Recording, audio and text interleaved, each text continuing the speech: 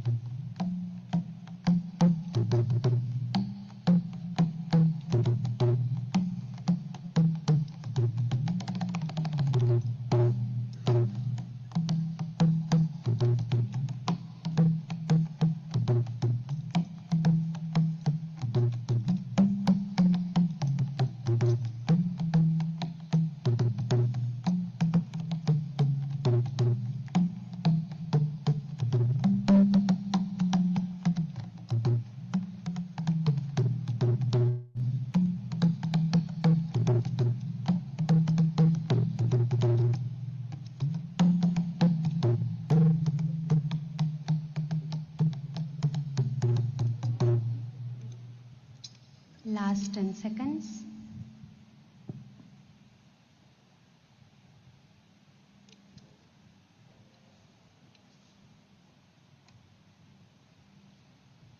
Gently place your palms on your eyes. Stay there for 5 seconds. 5, 4, 3, 2, 1. Open your eyes. Thank you for the wonderful experience. It was very, very soothing. So we request you now to play Patrice's message.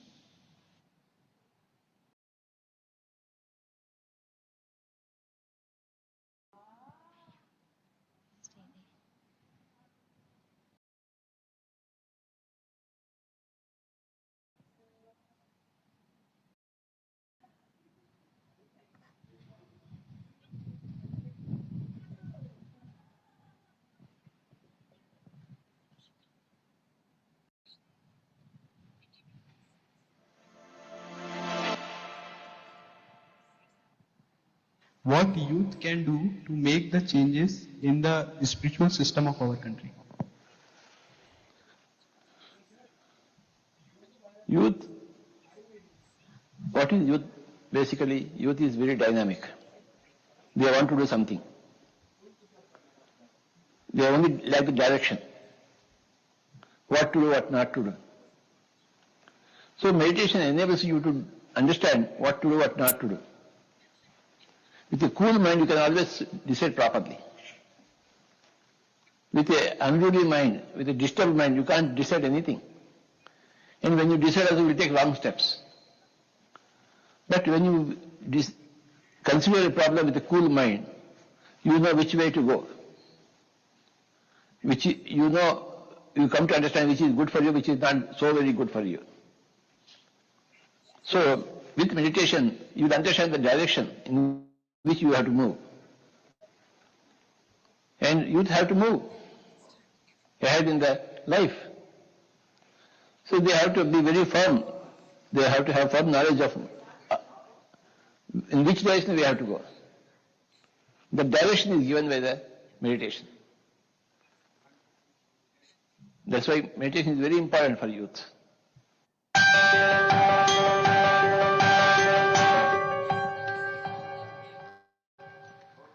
That's wonderful. That's the simple and straight message, right? Why youth has to meditate. Yes. Now I request Harsha and Hanish to felicitate Mahesh.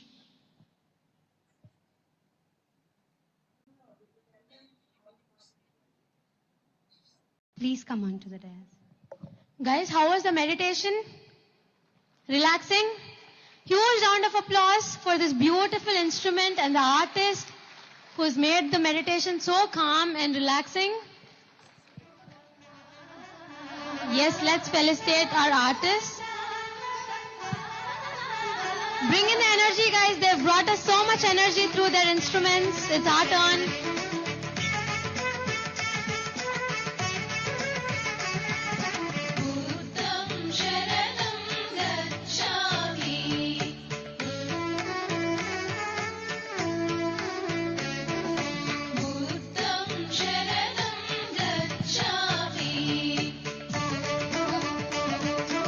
We need continuous encouragement, guys.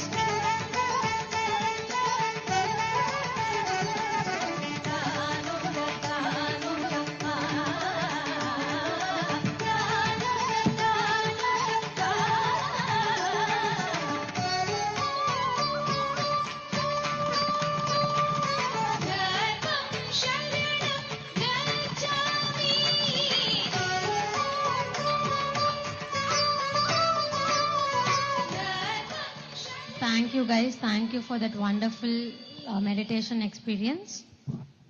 Yes, yes, I have something to say. So when you are, like after we have done with meditation, we open our eyes, right? So there's this process. So you don't have to rub your palms. All you have to do is just place your palms, not fingers, your palms on your eyes, because to feel that warmth and also to feel the energy that we have received while meditating. Okay? So when you are waking up, just take your palms and just place them on your eyes and then open your eyes. Okay? That will be beautiful. Thank you. Thank you. So, how many of you all like youngsters teaching you? Like instead of older people telling, do this, do that, when a youngster says, you tend to feel excited and implement it. Raise your hands properly, guys. What is this?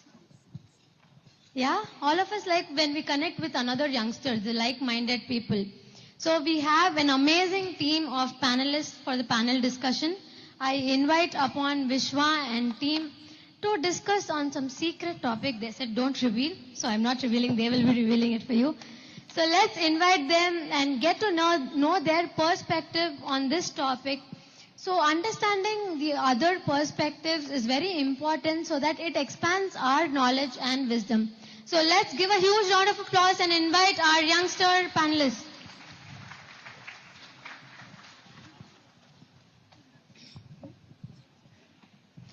Guys, also how many of you have used your journals? Yes.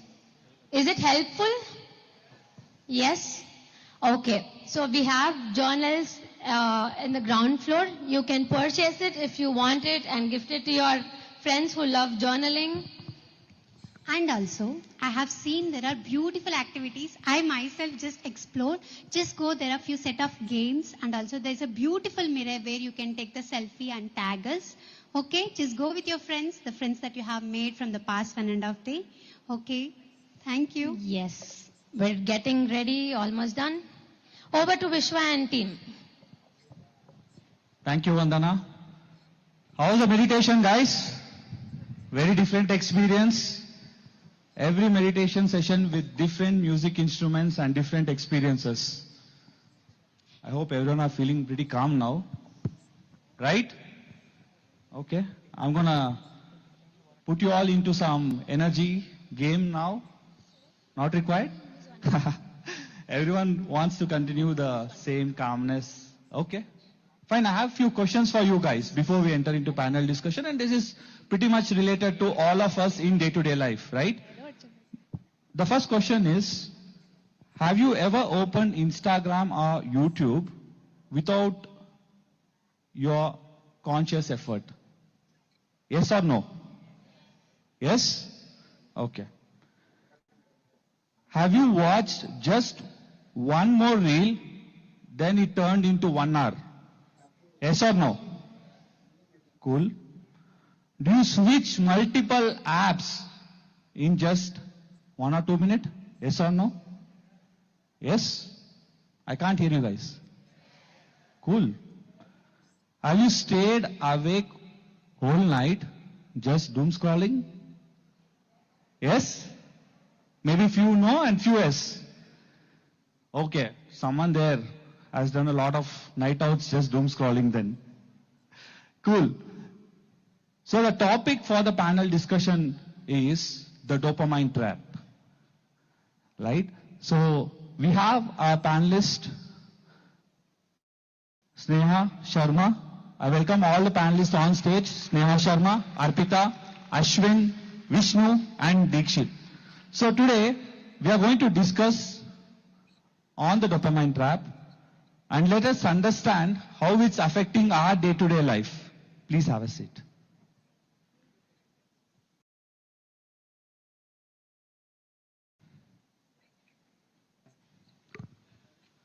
So one basic question for all of you is,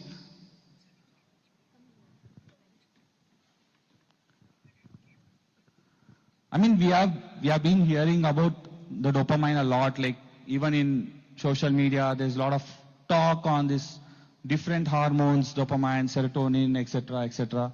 So what is dopamine according to you? Yeah, it's a nice question. In our body, we have so many chemical components are there. Dopamine is one of the important essential substance for survival. It's mainly rewarding and anticipating systems act in our brain. So it's other than chemical components, it's mainly used for survival systems. Cool. Arpita? Yeah, a similar answer. Like it's a neurotransmitter which transfers the message in the brain that, yeah, we are feeling good, feeling happy, and basically for reward and for feeling us, making us feel that we are getting rewarded, we are being motivated by certain set of activities or actions. Thank you. So, according to me, dopamine is nothing but where you will be more motivated. It is a fuel for your motivation for the work you do. So that's what the dopamine mean to me. Yeah. So for me, dopamine is like chocolates. Like how I feel when I get, what happens in. So I am a professional by this thing. So in office, what happens whenever we have session? So when we give a right answer, we get chocolates. So it's like that reward, that the joy of getting chocolates. That's how dopamine works for me. Hi everyone, my name is Vishnu. So regarding what is dopamine, I think my panelists have already explained different functions of dopamine. But I will give you just a small example, like what is in dopamine and how it does. So when scientists were studying about this dopamine thing, so they did a small experiment. So they took some rats, kept in a lab, and they were trying to remove the dopamine from their rats, basically. And what happened here is like something very fascinating. So after removing the dopamine from the rats, like even when you keep that food just 10 inches away from the rat, it won't eat. So like now I just iterate the statement what Ashwin said. So dopamine is something which is very fundamental for the survival. So if you don't have dopamine, let us suppose, if none of us has dopamine, we won't do anything. We won't have any motivation to do anything. When I meant anything, we won't even have motivation to eat. And here I want to tell one more example. So here if you see the entire timeline of entire human history, humans were always striving to have food, have shelter, and also trying to find a mate. So all these things are fundamentally coming from dopamine. So that's why we say dopamine is the thing which is very basic and very fundamental for our survival. That's wonderful. So hope you all got a basic understanding of what dopamine is. So let us understand a science behind this dopamine. So over to you, Ashwin. Yeah, it's a pleasure to answer this question. As I said, dopamine is one of the essential substance for survival, but it's a silent killer also. Because most of in modern era, we are trapped in the loop of addiction and dissatisfaction. So how the molecule works in our brain is actual dopamine, when you start rewarding yourself to achieve something, the real dopamine hit in your brain, it leads to that task should be completed. So when you do something reward us to ourselves, the actual chemical component fulfillment is done by serotonin. This is the happiness hormone, but dopamine is the pleasure hormone. So this is the basic difference between dopamine and serotonin. But this modern world, the dopamine was trapped, that was hijacked by supernormal stimuli. This simple term we called as artificial dopamine. Main example, ultra processed food, junk foods, social medias, pornography, work alcoholism. These are the easily available in our hand. So these things will trap us to the fake dopamine. The main mechanism running behind the brain is there is a pain pleasure system. Consider your brain act as a seesaw. There is one side you put pleasure at a high level, that's a dopamine state. The brain will manage the equilibrium to counterweight on pain side. They put the same level of dopamine pleasure into weight side. So this equilibrium state will maintain always. This is called homeostatic state. This state, once you balance this state, means you are in normal level of dopamine secretion. But if you are in addiction stage, that you are not tolerant to dopamine means you are over consuming of alcohol, drugs, social media, the brain will put more weight on pain side. That time you won't feel the real happiness of dopamine. That time what will happen means you are continuously addicted to that substance. There are addiction leads to 5C concept. The 5C mainly flow on in all our life. That's first. Ashwin, so you said Yes. till whatever you have shared, that's perfectly fine. Yeah. But what is this 5C concept? Let's Yeah. next come over to that. Yeah. But before that, let's move to Arpita. Sure. So Arpita, like what would you say on the dopamine trap? Yeah, so the dopamine trap, I would just quickly like to give a very common example that everybody on our phone has notifications on, right? I guess most of us has our notification on, and our brain actually connects with the sound of the notification. First 100 times it won't matter that much, but as soon as it crosses the 100th time, our brain connects the sound of the notification that yes, something unexpected, something funny or something important might have came in on my like phone, might have arrived on my phone. It could be anything, like it could be a spam message also, but our brain wants to feel the taste of that unexpected, unknowing content which is arrived on our phone. That is what gives us that dopamine hit. Oh, our mind is thinking, oh, something funny, something important might have came on our phone. But again, as soon as we open it, the dopamine hit is like stabilized, plain.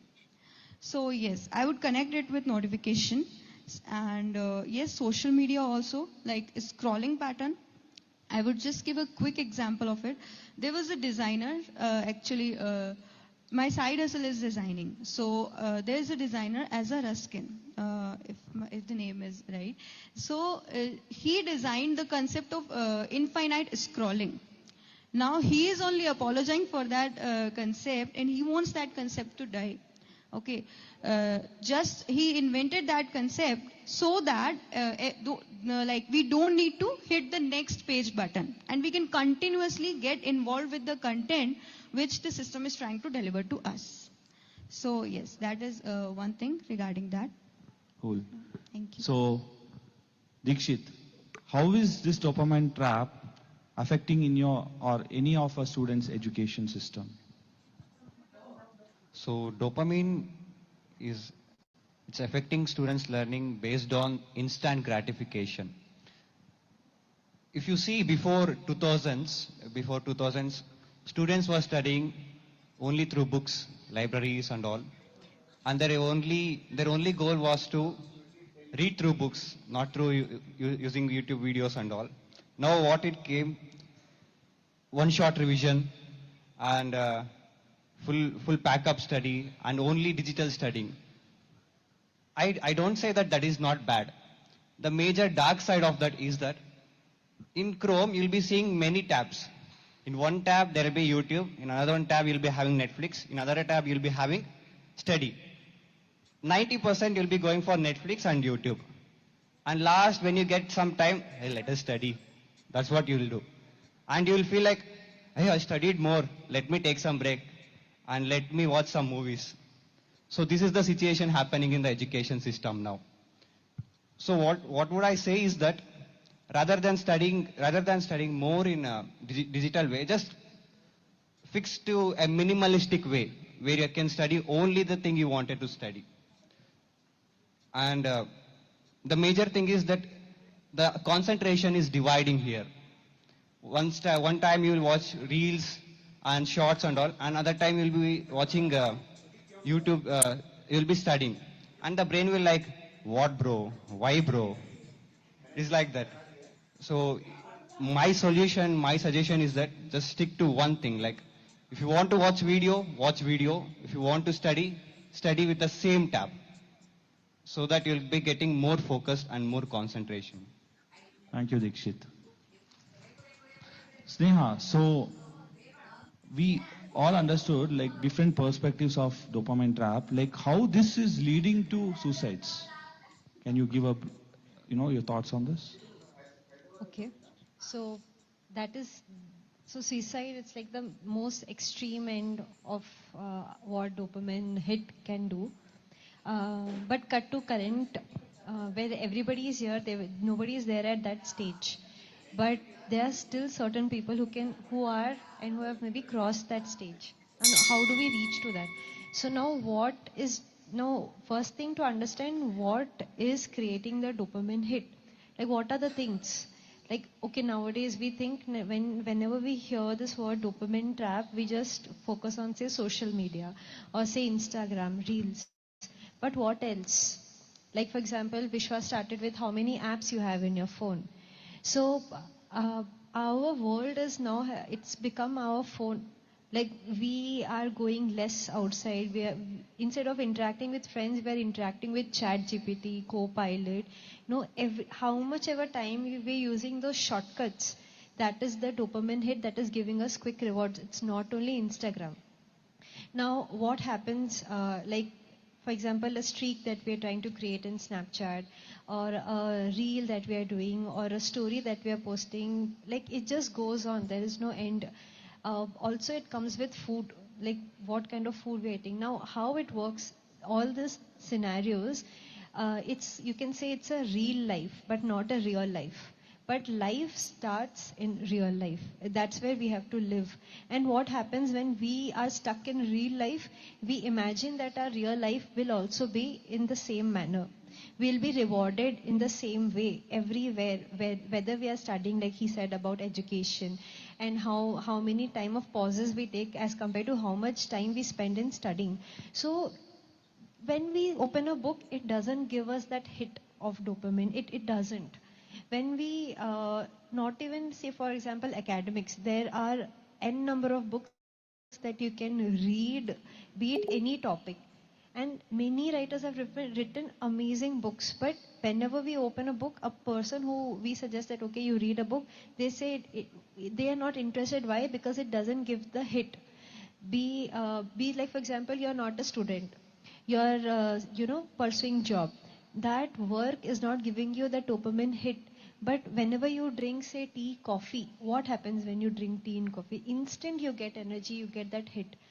So just for doing some work, we are dependent upon food, say junk food. Now, tell me one thing, how many people like Maggie? Most of us. We so less. Definitely, if I get a bowl of Maggie, no, there will be line. So, yeah, so that's how it is. Now, do you know why Maggie was banned? Anybody? Anybody can raise hand and you can get. Anybody, do you know why it was banned? Yeah, because of lead content. But there's one more thing. Maggie, chips, all the other junk food, what is there? Like, for example, even, yeah, so that component, there are other preservatives that purposely the industry is putting in so that we crave more for that. That is giving us that dopamine hit. The more we eat, the more we crave. And now what happens in real life when we are as a student? Now we are not able to, now for example, earlier the reels was like 1 minute. Then it came down to 30 seconds. Now the reels are now cut down to 15 seconds. Yeah, that's how our attention span has reduced. 1 minute, 30 second, 15 second. That is how we are the rats for the industry. The social media industry or any other industry, we are the rats. And they are experimenting. Okay, let's give these people 1 minute. Then see how 30 seconds, how 15. Earlier, anxiety, depression. Like, have you ever heard of like your parents telling, in our time we were so anxious? No, they will never tell, no. So currently mental health is so much of focus. That's so much of topic everywhere. When everybody is saying, I am going through depression, I am getting anxious. Earlier we never used to use these words. But now what has changed that is creating these things? Now I'm a student, I'm trying to read. I'm not able to focus. First thing, I won't be able to get that, rewards, that is marks.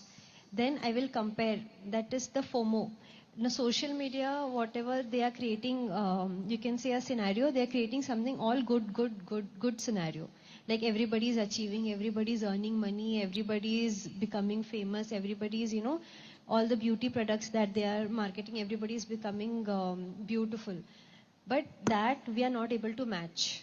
The fear of missing out, the dopamine hit that we are not getting with the regular activities, exercising, meditation, spending time on whatever we like, our extracurricular activities, we are not getting that dopamine hit because our attention span has reduced. How books will make us, how it can be more attentive, we have forgot that.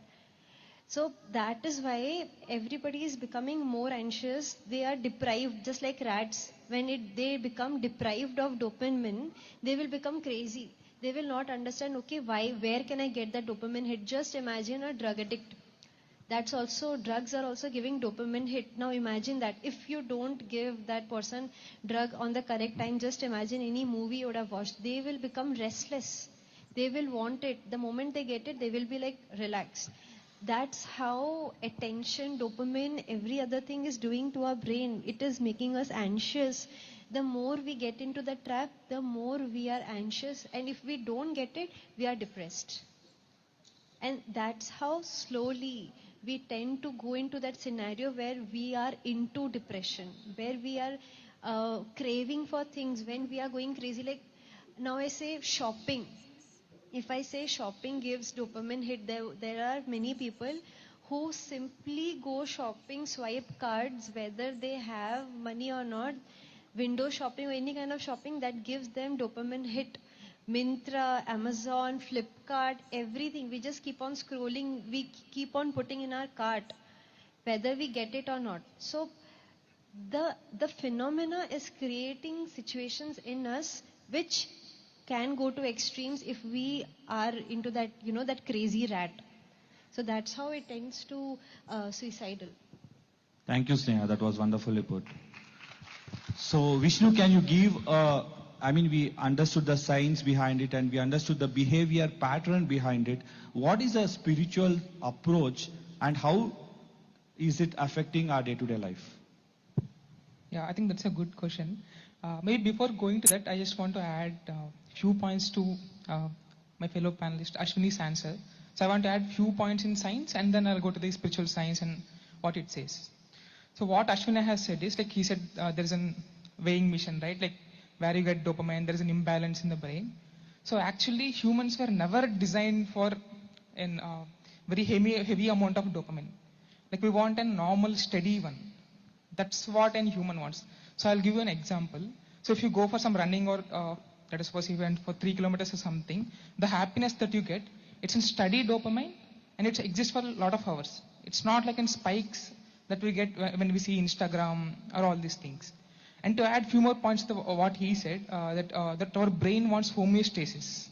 So basically, we may go for extremes, but our brain wants balance. Basically, it's designed in such a way that it wants a balance. That's called homeostasis. So what's happening is, everyone thinks because we're going for more and more dopamine, we are getting addicted. That's what everyone is thinking. But what science is telling is, like we have this weighting machine, what Ashwini has said. So let us suppose I have went for some dopamine thing. Let us suppose I have scrolled Instagram and because of that uncertainty that what I will get next, I get a lot of dopamine. So in this weight, on one side, there is pleasure, on the right side. On one side, there is pain. That is what the balance that needs to be there in brain. That is called homeostasis. So because I got this dopamine, there is a weight here. And because this is too much, our brain says like, bro, no, I want balance. So what it's doing is, it's adding a chemical called gremlin. So this adds weight to pain. But the thing is, as I said, our entire creation is natural. So it will add this gremlin very slowly. But our dopamine is very full spike and all, right? So by the time gremlins comes, this dopamine is over and this is again imbalance. Now, as you can see, pain is down and pleasure is up. Because now we have pain in our body. Now what's happening naturally is, now again you want some dopamine. Not because you had dopamine, but because you have pain in brain. That's the major point that what science is. Now because you have pain, again you want some dopamine to balance this pain. So again you will go open Insta or go for some gaming or do something. So again you want to balance. So, and eventually this balancing thing never happens. And because of our habits that we have, that we see gradually forms, this pain set that what I have said, this gremlin has created an entire deposit. So basically our balance is like this. Whoever has addictions like gaming addiction, what all we have. So on the pain side, we have a lot of gremlins. So now because we have pain, we want dopamine.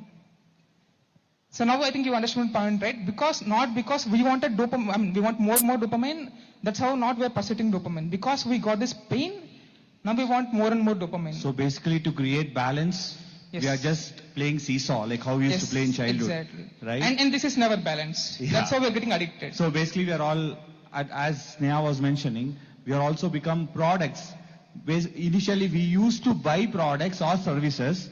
Now whoever is using Instagram or any app, we are products for them, for their business. Right? So that's how we are falling into trap unconsciously. Cool. Yes, exactly. So hope you all are getting a better understanding of this. Guys, a big round of applause for the panelists. Whew. Now let's have a quick rapid fire question. Okay? Starting with Ashwin. Coffee or tea? No. No? Okay, that's a good one. Early bird or a night owl? Early bird. Early bird. Sweet or spicy? Middle. Sorry? Middle. Middle. Middle path. Okay, you can say, okay, something in between. Cool. Over to you, Arpita. Books or reels? Books or reels? I would say audio podcasts. Audio podcast. Okay. Silence or music? Music. Save or spend? Save. Awesome. Over to you, Dikshit. Patience or instant results? Patience. Plan or procrastinate? Plan. One task or multitasking? One task at a time. Awesome. Sneha, over to you. Peace or excitement? I think I want both. Depends, actually, both. Reality or virtual world? Reality. Long-term goals or instant fun? Long-term goals. Awesome. Over to you, Vishnu. Discipline or motivation? Discipline.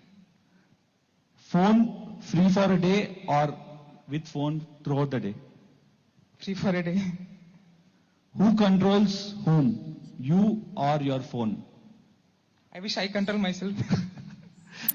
So all these rapid questions, I mean, all of them, most of them chose positive one. But if you can relate, most of us choose motivation over discipline.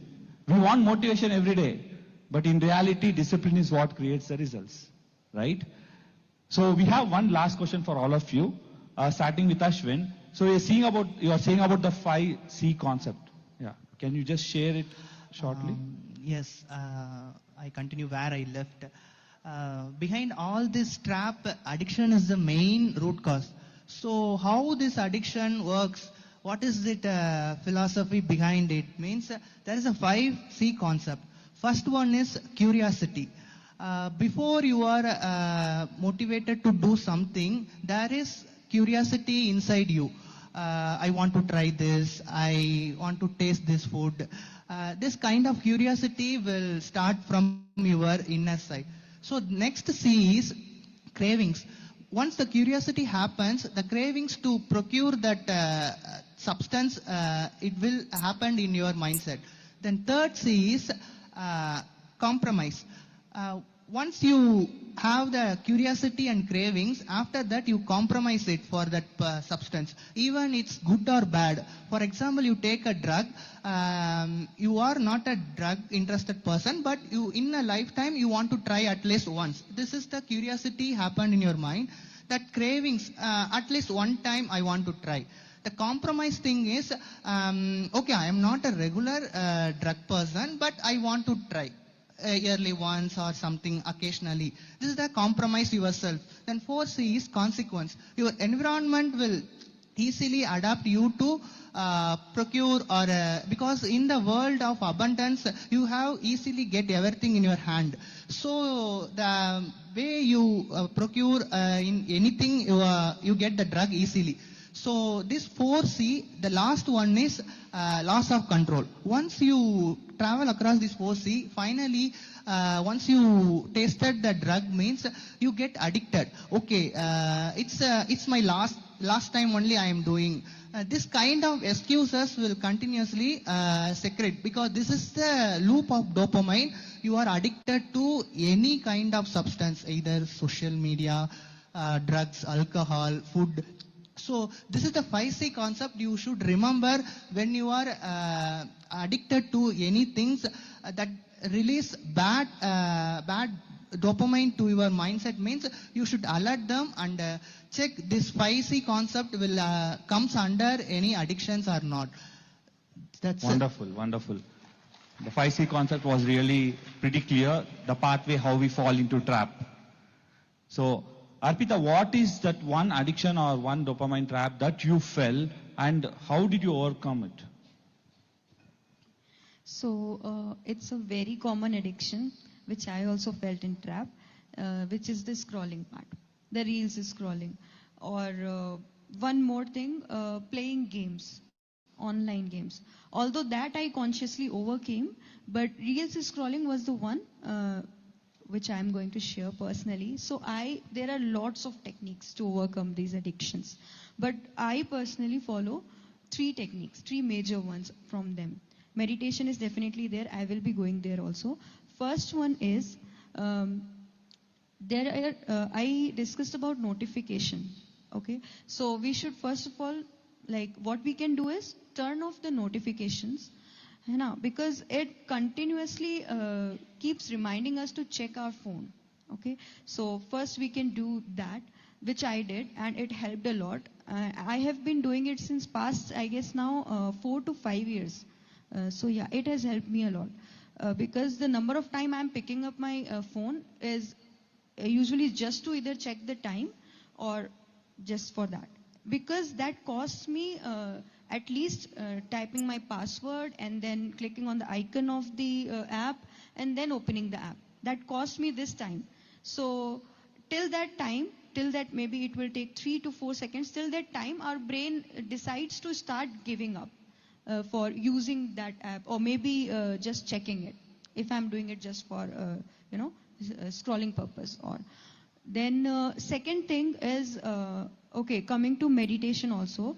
So those who are beginner here, I just want to ask who all are doing meditation for first time here?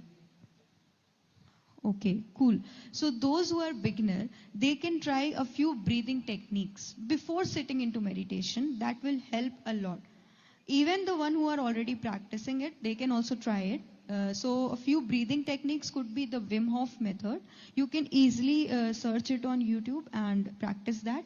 Then the other things are the DMT breathing, which constitutes your shamanic breathing, alkaline breathing, then your breath of fire, and then our Anlom Vilom is also there. So all these techniques you can follow before sitting into meditation. It will help you go into meditation deeper. Okay, and then focus more into meditation. Next technique is about, yes, don't touch your phone first thing in the morning. Like I think Vishwana also mentioned that how many of you touch your phone within 10 minutes of the morning. So as soon as you wake up, try not to touch your phone within 30 minutes, at least 30 minutes, give yourself. Starting mein, it will be like compulsions will be there, like no, I want to touch it, please. But what we can do instead, that we can keep our phone a bit away from us so that it costs us walking to that place where we have kept it. For alarm, we can choose some other clock version, or if we have control, then we can put an alarm in our phone, but not open it immediately. So that thing we can do. Instead of that, what we can do, we can just stretch ourselves, take deep breaths on the bed only, watch the nature, and visualize what we are going to do all the day, like what's the plan for the day today. Also, we can visualize our visions, or we can just simply sit and visualize what we are going to become, our vision. So these things we can practice instead of taking our phone. Why I'm saying this is because the morning hours, like from 5 a.m., whenever you start your morning, whether 4, 5, 6, not later than that, but from 6 to 12 is the highest productive hours of our day. ठीक है, तो उसमें sorry, in those hours we must do all the high efficiency tasks like learning something, some new skills, maybe preparations for any exams, or maybe getting trained for something. So those things we can do in those first few hours of the morning, highest efficiency hours.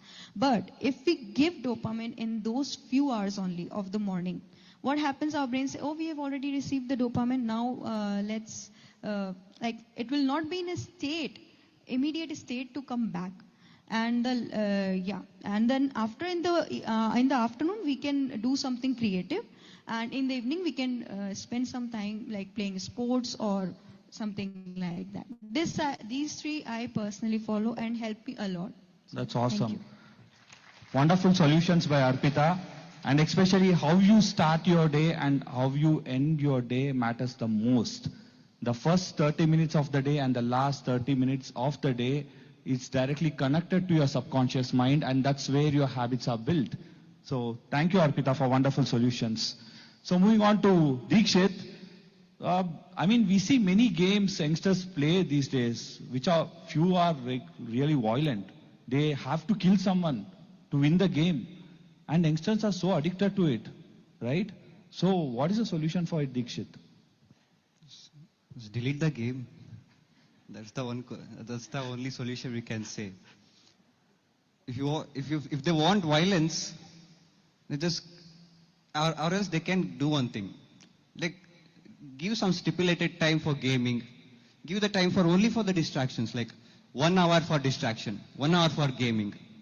Later that they should not touch that game. That can help them. So other than that, I'll be sharing my solution for this coming out of the dopamine trap. My simple solution is that the thing which I do is that before studying, I'll meditate. I'll just meditate for 15 minutes. After meditating, I won't touch phone. If you touch phone, that meditation is gone. So meditate for 15 minutes. Later, keep that phone outside and take your book and study. You should get bored by reading that book. Because this youth are thinking that boredom is very bad. Even the great Michael Jackson used to get bored and create many songs like Bad, Human Nature, and Beat It. These were the songs made by Michael Jackson when he was bored. So if you are getting bored, that means you are in the progress state. That means you are coming out of your dopamine trap. The simple thing is, keep your phone outside, I mean not outside the house, outside your room where you are very far away. Meditate and then read and you'll see the result.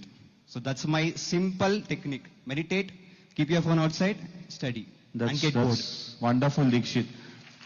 So basically he's saying, keep your phones away, don't give it to some person and hope it's not stolen then. But basically he's saying, get bored. We all want something exciting all the time. So basically get bored to progress. So coming to Sneha, so she's also a CA by profession. And how do you find, like if you had any addictions, how did you overcome it and what techniques did you use? Yeah.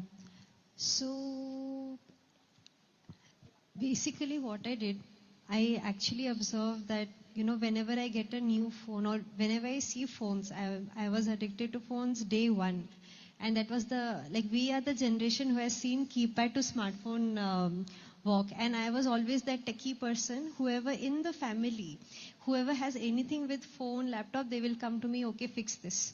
So I was very much interested with new phones, new technology, and anybody else, like for my teacher friends, get a new phone, I'll just grab it and I'll go into it, the whole of the phone. So what I notice is that is something for me. I will always be like checking things. Okay. So I will be always, checking the one thing that Arpita said, notifications. What I did is I turned off literally all the notifications from my phone, like everything. Whenever any app is getting downloaded, they will ask us whether you turn on the notification, and sometimes they will not even ask. I went to my settings, every application, whether it is required, this app is required or not. First, I cleared my phone. This, whether it is required or not, for one thing, we will have multiple apps. I kept apps. I am using browsers. ChatGPT, Copilot, Flipkart, Myntra, Meesho, whatever. I don't have apps. I am going to Google Chrome, typing that. I am using the same benefit that is with everybody, but I am not using apps. So skip apps, because apps, they're getting our data, they're studying us, they're monitoring every activity that we are doing. And I literally went to settings of each of the apps to stop their access to my data. So all these things I did to avoid they to make me fall into trap, just like, avoid me making a product. And other thing is to get bored. So what, if I'm traveling, whether cab, whether bus, train, whatever, like travel is like Bangalore, traffic. Travel is like everyday thing for each one. Wherever we have to go, we have to face that. Now, 1 second of boredom and we take out and we, start checking whatever be, like even if you're not doing Insta, something you're doing on your phone, you can't stay still. Like just, that's what I did to myself is, no, I'll not, while I'm waiting, while I'm in a queue, while I'm traveling, while I'm doing anything, I'll not use my phone. I'll say, no, not phone. Until unless I get a call or anything, or I'm expecting a message, until then, no, I will not use. I will observe other people, nature, and that will be very interesting, a task. So that is one thing which... The thing is, the smallest of the activity we think has the largest of the impact of our day. So start small. Thank you, Sneha. Again, wonderful solution. So basically, after this session, take your phones and delete all the unnecessary apps and majorly turn off the notifications. Wow. So, Vishnu, we have last 2 minutes and your spiritual approach on this. Last 2 minutes. Yeah, I'll summarize it in just 2 minutes. So, if you have seen the benefits of meditation slide of Patri Sir's, he mentioned a point where he said, if you do meditation, wasteful habits die in a natural way. So there is an entire science behind it. That's what we call the spiritual science. So as we don't have much time, I'll just go through on the top and I won't go too deep. So as you all know, our mind has different levels. The one which we use normally, like when we're normal awake, is conscious mind. But in deep inside, we have something called subconscious and unconscious mind. That is called chitta. And meditation is yogaha chitta vritti nirodha. That means clearing this even subconscious and unconscious mind. And when I say like what is this clearing of this subconscious and unconscious mind, all our habits, all our experiences that we had, not just in this life, even in the past life. So let us take myself. By nature I would have drawn into some substance, or by nature I have drawn into some behaviorals, like behavioral dopamine thing. So all these things happen because of a specific reason called, this is called samskaras, which are there in the subconscious and unconscious mind. Because of these things, I am acting in that specific way. And I was telling yogaha chitta vritti nirodha, right? So basically meditation, with the help of this cosmic energy, cleans out all these entire wasteful experiences and wasteful desires in your subconscious and unconscious mind. That's how you come out of your dopamine thing. Maybe I'll just tell you one more point also. So you might have seen me explaining about the science behind this, all these things, right? But science misses a point. For each person, dopamine differs. Like for me, something gives me dopamine. For her, something gives dopamine. All these different behavioral things also come from the subconscious and unconscious mind. And for all these things, the root causes this subconscious and unconscious mind, and the root solution is meditation. So I understand with meditation is the solution. So I would say, finally, meditation is a wonderful solution, and all the tips, try to follow all the tips and be conscious of what you do. Let us not become products for someone else to print money, but let us be conscious in how we live our lives and have a wonderful conscious living with peaceful atmosphere around ourselves and be productive and achieve our goals. So a big round of applause for all of the panelists for giving wonderful solutions and explaining what dopamine trap is. Thank you guys. Thank you. Let's have one group pic.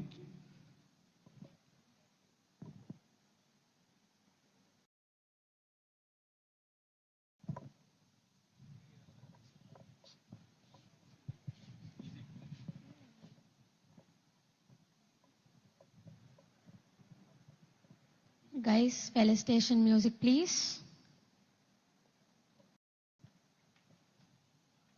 Let us give a huge round of applause, and I hope this was very, very useful for you. Yes. So how many of you understood this concept very clearly? The dopamine trap. Now a honest question. How many of you were using the phones when they were when they were discussing? See, I love the honesty. But yes, let's be conscious and keep our phones away for some time and just be in the present moment. Felicitation music, please. And huge round of applause, guys.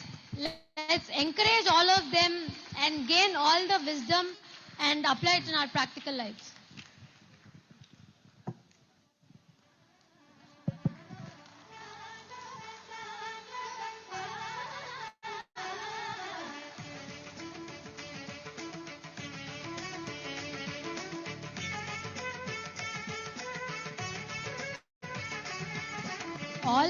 All of them have been applying and implementing the tips and tricks, whatever they have given in their daily lives, and has seen the results of the tips that they have been following. So please do try it once for yourself and see the results. They have also been the core supporters and volunteers for PAIMA across all states and has been helping us constantly with all the events and other programs.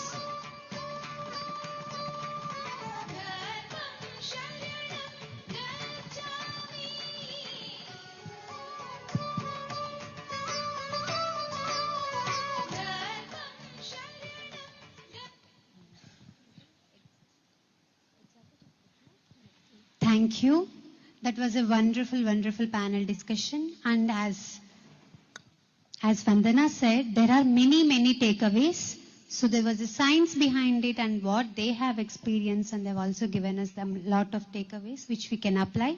So and now the stage is over to Himashri. So there will be a beautiful Q&A with Shreyans Daga. Over to you, Himashri. How many of you are excited for Shreyans Daga sir's Q&A session? Yes? Excited. Let's give a big shout out. No. We're not starting. A big shout out. Awesome. That's the energy. Over to Himashri, guys. So, hi everyone. How's the vibe so far? How's it feeling? Can I hear some noise if it's good? Nice. I love that. Okay. So, now we have a chance to ask questions to an amazing speaker, entrepreneur, and more than that, a wisdom master, a master of PSSM, who's going to be coming online for us. It's none other than Shreyans Daga. Have you gone around the pyramid? Have you seen the posters and flyers? And there's so many quotations. How many of you have read those? Yes. So there's a lot of quotes that are by Shreyans that have been put up around. So now you know who it is. Shreyans Daga is the founder of Shreyans Daga Foundation, and he has been transforming lives of over more than thousands of millions of people. And he's an expert in spirituality, spiritual science. He gives spiritual science in a way that is easy to implement, easy to practice, and easy to understand. So any question that you have, big or small, this is your chance to ask. So while we wait, I want you all to think of the questions that have been bothering you. It could be about anything. So who's ready? Who wants to go first? So that's Shreyan sir. Hi sir, welcome to Awakening Youth Fest. We have all the participants eagerly waiting for you. In person, but happy to join online. Yes sir, we can hear you now. Sorry, we missed a bit of what you said. So Yes. So I'm ready. So go ahead. thank you so much. So sir kindly accepted our invitation to do a Q&A session for all of us. So let's get started. Like I explained, Shreyan sir is an expert in spiritual science and he explains it in a way that is easily understandable and can be implemented in a practical day-to-day life. So please ask your questions. Sir has immense knowledge and wisdom on a lot of topics. So whoever wants to go first, please raise your hands.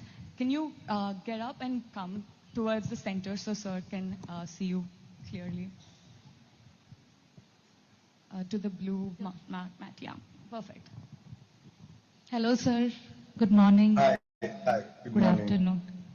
I'm Renuka. I've attended a couple of your retreats and I attend your sessions every Saturday, breathwork sessions. Nice. So, for a year, I worked really hard to get a good job and I got it. I work for Expedia Group now as a senior manager. So my question is, how do I manifested a good job after so many rejections, right? But now I'm scared that I would be able to keep it.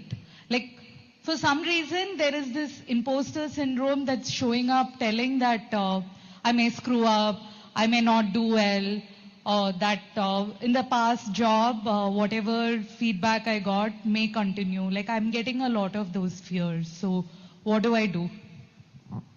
Right.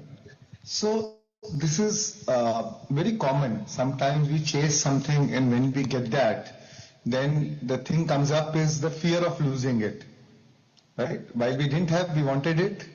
And the fear of not having was there. And now when you have it, the fear of losing was there. So, but what was constant throughout was the fear.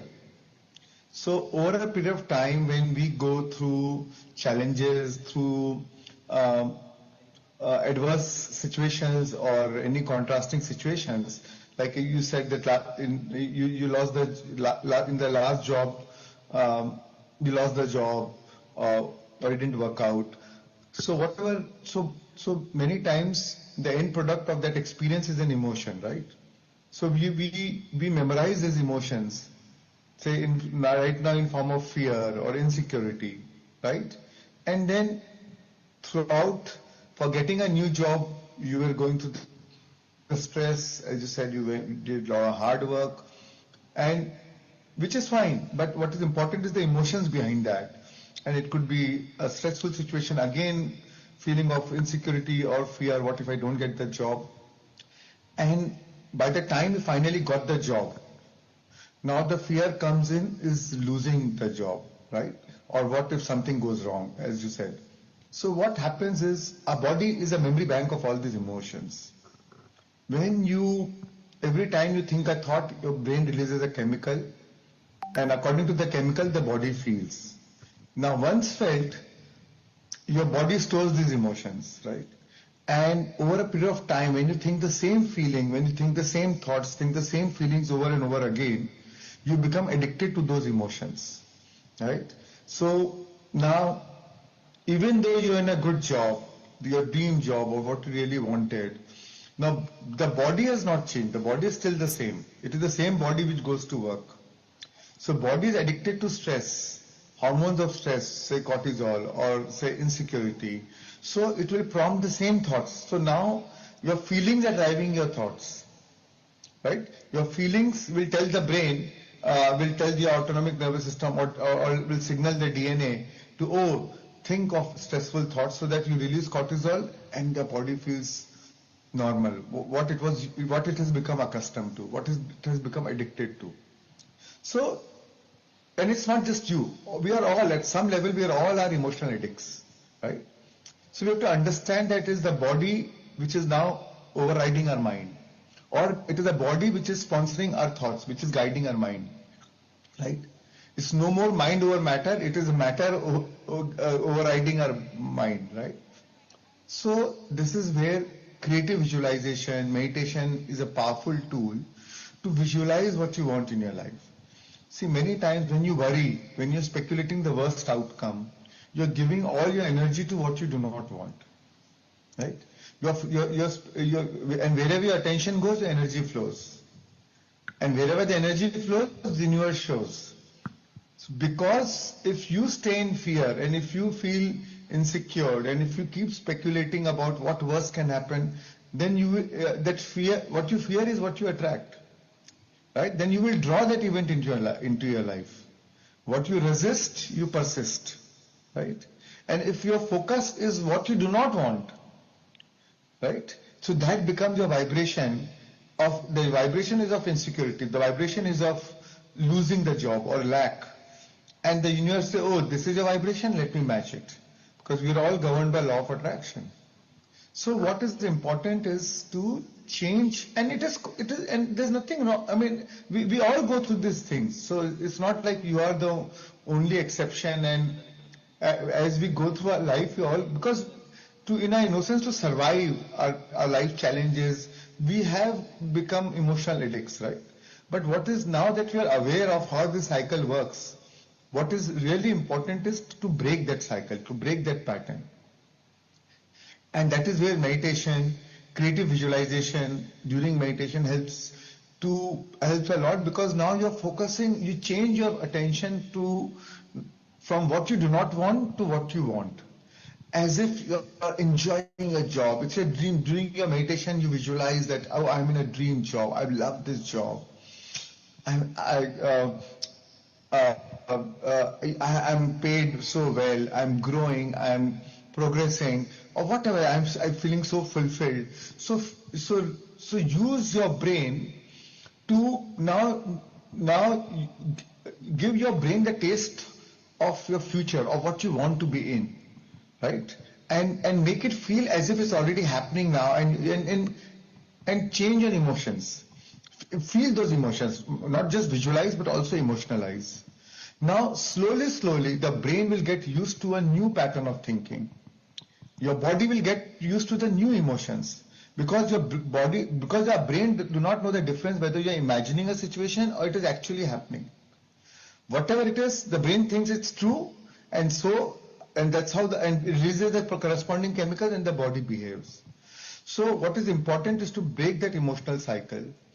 And once you break that cycle long enough, suppose you do it every day, even if you do it for 10 minutes, 15 minutes every day, you will break that cycle. All of a sudden you will say, oh, now those same thoughts are no more coming. Same feelings are no more coming. Because the more you try to fight, the more it will come. The more you will say, oh, I don't want to think, the more it will come, right? So rather than resisting or fighting about it, accept it, okay, this is coming, and know, okay, this has become a pattern because of my life situations which I have gone through, but it's fine. Be gentle, be generous to yourself, be compassionate towards yourself. But I have a technology. I know the technique how to transform it, how to change my mental pattern. And that's where meditation and creative visualization is a powerful tool. Right? Thank you, sir. Thank you so much. Yeah. Thank you.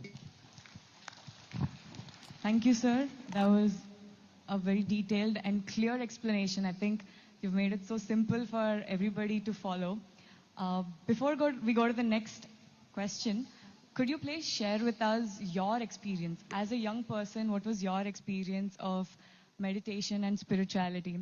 Here we have 400 plus young people gathered in Pyramid Valley.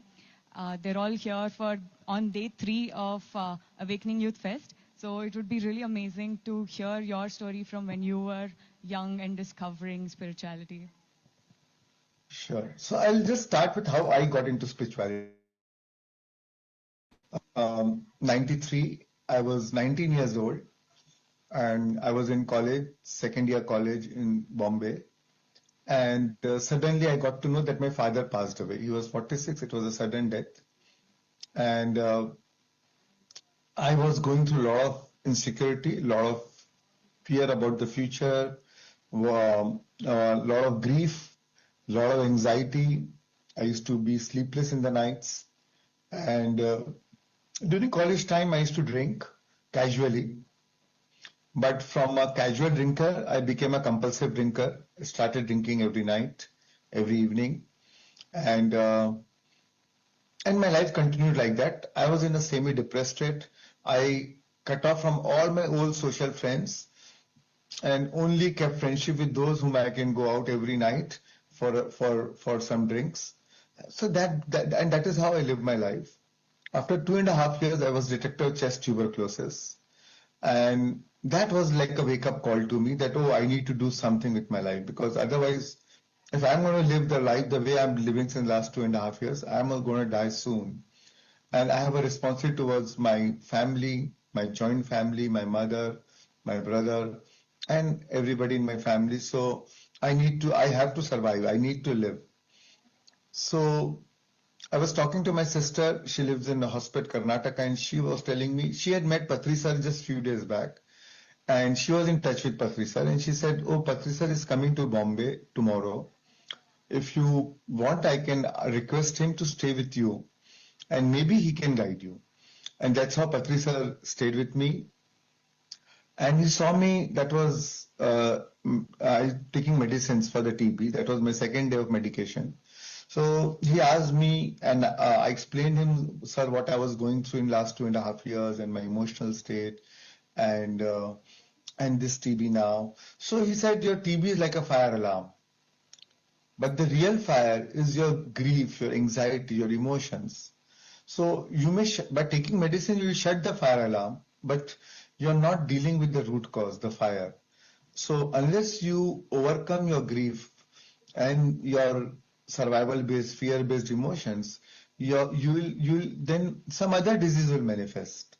So you're really not helping yourself in the long run. I said, but sir, I don't know any way better. He said, that's why probably I'm here today. And first time he said, and the best way to heal yourself emotionally is meditation. First time I sat with him for meditation, he was playing flute and he said, let's do it for 10 minutes. By the time I opened my eyes, it was 40 minutes. And I had a chest TB, so I was doing a meditation. I was feeling a lot of sensation in my chest area.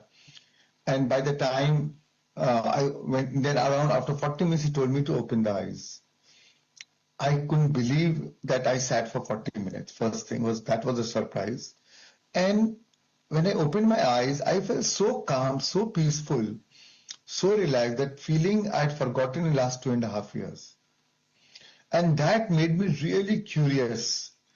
Oh, there is something in meditation.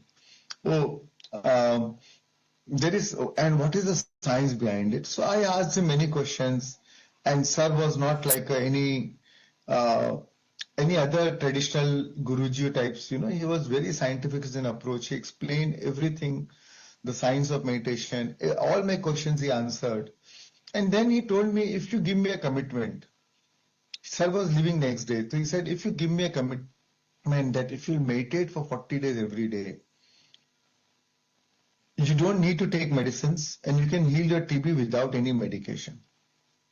My first experience of meditation was so great, so I gave him that commitment. I was fully charged up because that feeling was so profound now. So I gave him the commitment. And sir was leaving next day, and I had more questions, so he gave me 2 books, The Power of Subconscious Mind and The Elements of Visualization. And he said, while these 40 days, I want you to complete these 2 books. Sir left. I started meditating every day. I was enjoying the feeling after post-meditation. And that became my, motivation to meditate actually. Oh, after meditation, I feel good. So let me meditate. And I got so hooked on to meditation that I used to meditate for like 3 hours, 4 hours, 5 hours in a day in intervals. But because after 2.5 years, I started feeling good. So I was meditating every day. But again, I didn't want to leave anything to chance. Somebody told me that fear used to come in. Oh, what if my TB goes worst? What after 40 days if it becomes if it really becomes too bad? Because right now it was the early stage of TB. What it really advances? So somebody told me, why don't you do Reiki course? So I did a Reiki, next one weekend I did a Reiki course. Another weekend I did a pranic healing course. Another weekend I did a Silva method of mind control course. And my whole goal was, how do I heal myself physically?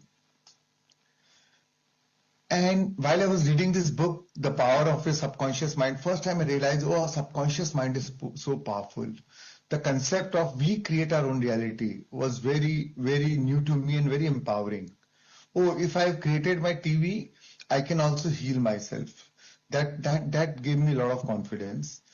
And when I was reading the book, The Elements of Visualization, first time I realized, oh, the power of our imagination, or how imaginal acts can become facts, right? So I was, at the end of the meditation, I used to see myself that I'm fully healed, I'm healthy, I'm happy, I'm joyful, I'm partying again, I'm back with my social friends, I'm dancing, I'm enjoying the music. So everything how I used to be 2.5 years back. So, and I was due for my chest X-ray after a month. Doctor had given me a medicines for 1 month, and I had appointment fixed for doctor after a month. Doctor had told me get a X-ray done and come back to me. So 30 days came and I got my X-ray done, went to the doctor. And doctor was really surprised. He said, this is the first time in my life I'm seeing a case where just with 1 month of medication, TB is completely gone. Now, I didn't tell the doctor that I just took 2 days of medication, but that was a very profound and empowering moment for me. And I was filled with so much of joy and inspiration within me that, and so grateful for Patri sir that, one day he came, he stayed with me, and he gave me a path and such a simple technique, and I healed myself. And I remember when I was walking down the doctor's, there were continuously tears rolling down my eyes. And since then, and then that inspiration came to me that in this lifetime, I want to teach meditation. I want to meditation, and I want to help Patricia to propagate it to everyone, and reach to my friends, family, or whoever I know to tell them about meditation and how meditation can help them. So since then, I've been into spirituality, and I got in touch with Patri sir, and through him I met so many masters and read so many books. And life has never been the same again, Life kept getting better and better. And many incidences, even my financial success, my family is from Madhya Pradesh, small town, Betul, and my business was not doing good, and in fact, it was in the verge of closure. It was a sick unit, and I use the same visualization techniques for my work also, and it worked. So, because we have less time, so I'll not go much into detail, but what I mean to say is, today, whatever I am, I owe all my success, so-called success, whatever worldly success, to meditation, and even emotional transformation to meditation, because those 1 month of meditation didn't, not only I realized that I healed myself from TB, but emotionally I was in a much happy place, much more confident, much more at calm and peace, So everything for me, there's nothing that I'm more grateful for than the TB. That thank God I got TB, so that it became as a wake-up call, and I met Patri sir and got introduced to meditation, and my life changed. So, and since then, it's been more than 30 years, meditation has been my integral part of my life every day. I can't imagine my life without meditation. So, in short, this has been my journey. Yeah. Wow. Thank you so much, sir, for sharing your transformational journey. I especially loved how you expressed your gratitude for getting the TV. I think a lot of us view any negative experience, any negative emotion as something that we do not want. And hearing you say that you express gratitude for that, I think that's truly amazing. So let's hear from the audience. Anyone has any questions for sir, please raise your hands. Can you please come to the center so sir can see you clearly?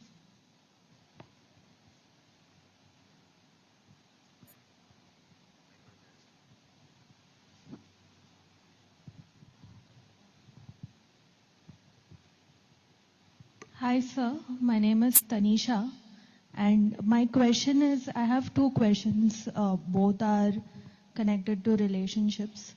I feel like one pattern that I observed about me recently is that I get angry very fast with connections who are very, very close to me.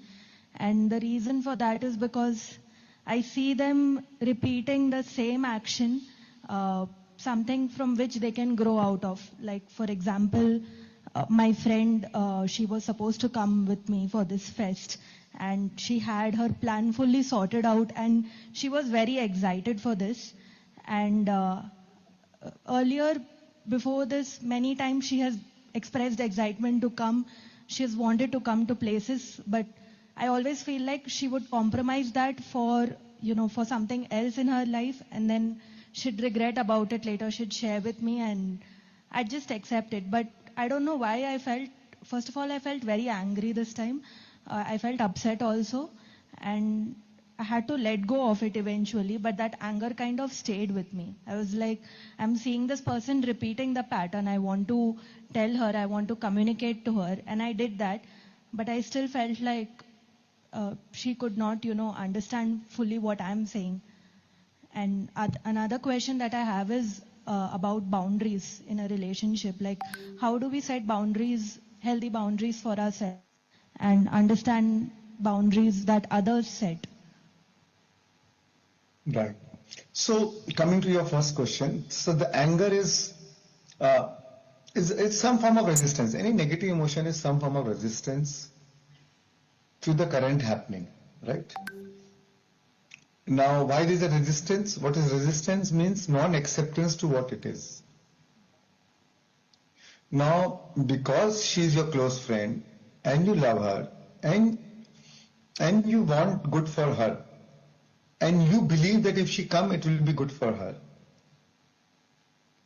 So your intention is good, but it is conditional. It is conditional with an expectation that she should honor, or she should agree to what you want her to do, right? So the thing is, in a way, you are trying to force her to do what you want her to do. So again, which is not correct. Secondly, if you're not honoring her own choice. See, then we can inspire others, we can motivate others, or we can tell others. But at the end, it has to come without. At the end, we have to honor their choice, because their life is their choice. At the end, their life, it is their journey, right? And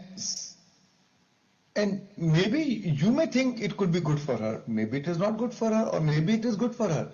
But she has the right to choose her life, and what is making you angry is your non-acceptance to her choice about her life. So isn't it funny? And then we use it as an excuse. The anger is in you. The anger is not in her. There is an emotion of anger within you, and that is finding a reason to express itself. And now you are using as a friend, as a reason to justify your anger. So the truth is, if others can make you angry, that means they are controlling you. Anything outside which is not to your expectation will make you angry, and so that means those situations are controlling you. See, we cannot control, we cannot change others. See, I can't do anything for you but to change myself. You cannot do anything for me but to change yourself. So, if I were in her place or his place, I will say, oh, you are telling me to come for a spiritual class and to learn meditation, but look at your behavior. Why are you behaving angry? Why are you upset? If you are teaching me to come there and so that you will be peaceful and calm, and here you are only expressing anger and teaching. So in my mind, I'll say, first you change yourself and then try to tell me what I need to do with my life. You understand? So we have to, you bring a change in others' life more by non-verbal communication, more by becoming the example of what you want them to be. So first be the change that you want to see in the world, as Gandhiji said, right? So, and now whether the friend is doing good to her or him by coming or not, you are punishing, your anger is punishing you. So even though you are here, but your anger itself is punishing you. It's like Buddha said, it's like holding a burnt coal in your hand. Whether you throw it on others or not, but it will first burn your hand. So your own anger is punishing you. So your choice is not to first, your first choice is, or your first priority is not to work on your friend. Your first priority is to work on yourself. And that's where meditation, breath work is a powerful tool to release those unwanted emotions, to shove them out, to throw them out, to let go. And the another thing is awareness in the day-to-day life and acceptance to what it is. Right? Otherwise your friendship is a bargain, it's a negotiation. It's not unconditional. Right? It's a calculation. It's a negotiation. If I do this, then I'll be like this. If I don't do this, if you don't do this, then I'll be like this. So even though your intention is good, but your attention is in a wrong place. There's a lot of expectation, and with expectation comes rejection. Then comes the anger, the frustration, the resistance. So the key is, we may choose, like I would want everybody to meditate, but it comes without expectation. I will do what I have to do, but then I honor their choice. Even to my own children, I don't force them to meditate. I would love if they meditate every day, but they don't do it, and it's fine to me. So, but then what is more important is see, 90% of our communication is verbal, non-verbal. More people learn from what you do and how you behave and how you demonstrate your mastery rather than what you say. Right? So why don't you focus on working on yourself and become an example of change rather than trying to change others? As Rumi said, yesterday I was clever, so I wanted to change the world. But today I am wise, so I am changing myself. Yeah. Thank you. Thank you, sir. And what was your second question? Sir, how to set healthy boundaries for ourselves in any relationship? Right. So it is about respecting your own, honoring yourself, honoring your own choices, right? Honoring your own personal space, right? And healthy boundaries make healthy relationships. So it's like when you feel your boundary is being violated, it is not about showing anger or frustration or just to make them understand your need. If you are feeling angry, it is natural to feel angry when our boundaries are violated, and it's a healthy anger. But rather than being angry, You can tell them, oh, when you do this, it upsets me. I feel angry. Next time I'll be happy if you honor this, or if you behave like this. And if you have something where you want me to honor any of your boundaries, I'll be happy to know about it. So where you express your need, but you're also honoring, you're also open to understanding their needs. So where we speak in the language of needs, and the language of need is universal because all our needs are common. We all have basic 5-6 needs, right?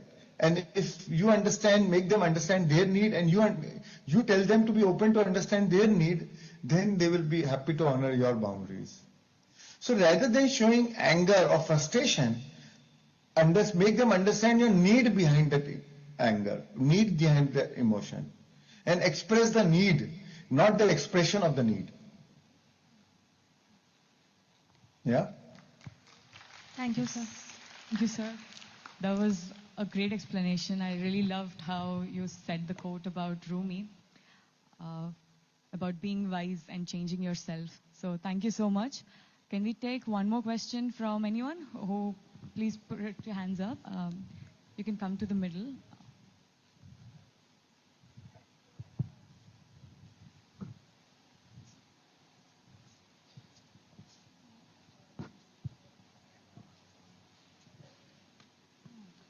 Hi sir, I'm a 16-year-old student studying in the IB program, which if you're familiar with, the IB demands a lot of your time and effort into like writing and prioritizing your tasks. So coincidentally... I know, because my son is in IB too, he's 17, so I know exactly, yeah. Yeah, so while I was coming here, I read a quote that said, managing your energy is better than managing your time. So I want to know, as a student, how do you effectively manage your energy, specifically in the IB program, to make your studies more efficient? Right. So, yeah, time management is more important, and energy management is more important than time management. See, as human beings, we focus on doing. But what is also important is from what state of being are you doing what you're doing, right? So, but especially as a student, when the work and when the social compulsion is so much, the curriculum is so it needs so much of your time, and curriculum itself gives so much stress. So I think this is a fault of our education system to a great degree, and also it makes it so competitive. But having said that, we are a part of that ecosystem, whether we like it or not. But somewhere, whenever given a chance, take time to enjoy life, to celebrate life, to have fun, right? So don't make it so serious that you forget having fun. So when your exams are there, when you need to study hard, it's fine. Because you need to do that, because that's what the environment demands, that the system demands it. But given a time when exams are done, make sure you celebrate life, make sure you have fun, make sure you party, make sure you laugh. So balance it, right? And that is where you change your energy. So, and that will give you more,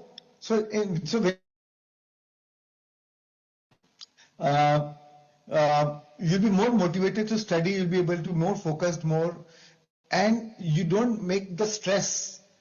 You don't make a stress. We need, because the education system is so stressful, and so we need to consciously take out time to also de-stress ourselves. And it could be which you're excited about. It could be if you are singing or music or dance, or if you're about it, right? Or it could be anything. It could be take time to meditate, or go in nature, or whatever. Don't make sure that you give some time to yourself to have fun, right? And that is how you change your shift your energy. And yeah, and then when you go back to studies, you'll do better. You will see, oh, your results, all of a sudden, your results are better than you expected. Because then the universe is also helping you to match your vibration. Right? Yeah. Thank you, sir. Thank you so much, sir. That was a very valid question for a lot of the young people who have gathered here. A lot of us are students and navigating our world of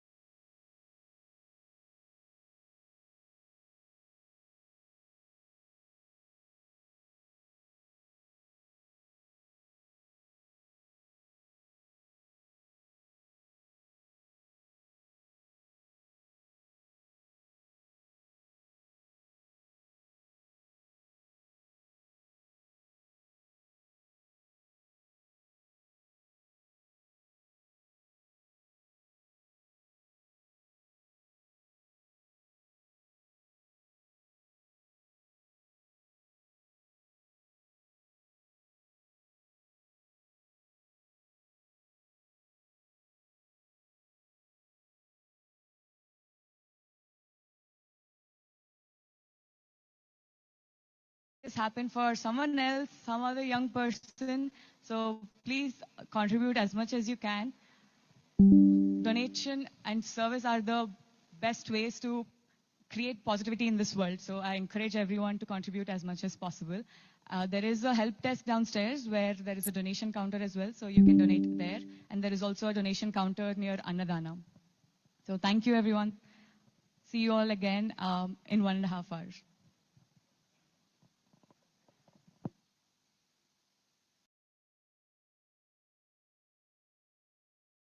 Can we all gather back here at 2:30, please?